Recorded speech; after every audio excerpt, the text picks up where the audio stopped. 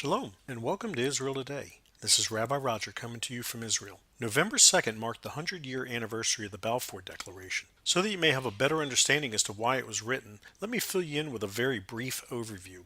By the late 1800s, there was a movement by a group of people, eventually spearheaded by Theodor Herzl, wanting to give the Jewish people a homeland. They were known as Zionists, which is derived from the word Zion. In 1901, the Jewish National Fund, or JNF, was founded as a way of raising money and buying land in what was known then as Palestine. By the time World War I broke out in 1914, there was already 80,000 people living in Palestine.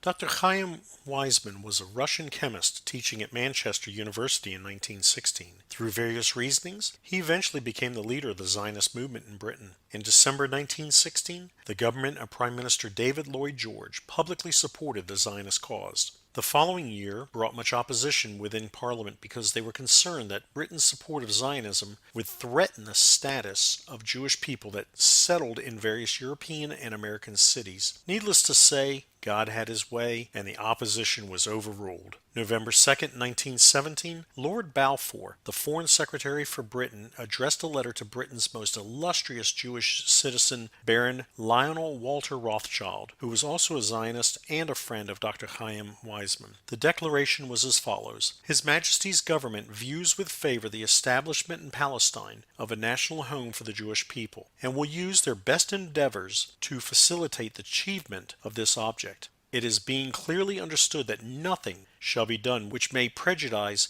the civil and religious rights of existing non-Jewish communities in Palestine, or the rights and political status enjoyed by Jews in any other country. I'd be grateful if you would bring this declaration to the knowledge of the Zionist Federation. The Balfour Declaration was endorsed by France, Italy, and President Woodrow Wilson, and was written into the League of Nations mandate for Palestine. Still took a little more than over 30 years before this came to pass when Israel finally became a nation. To this day, Palestinians are outraged at this letter because of what it represents, basically feeling like what was theirs was pulled out from under their feet. Even Arab children in Israel are taught that Israel does not exist on the map, just Palestine. As a result of this, please remember to pray for Israel and the peace of Jerusalem as in Psalm 122:6. If you want to get in touch with us or get on our mailing list, visit branchofisrael.com. That's branchofisrael.com. Again, this is Rabbi Roger coming to you from Israel, and thank you for listening. Lehitraot, goodbye, or see you again.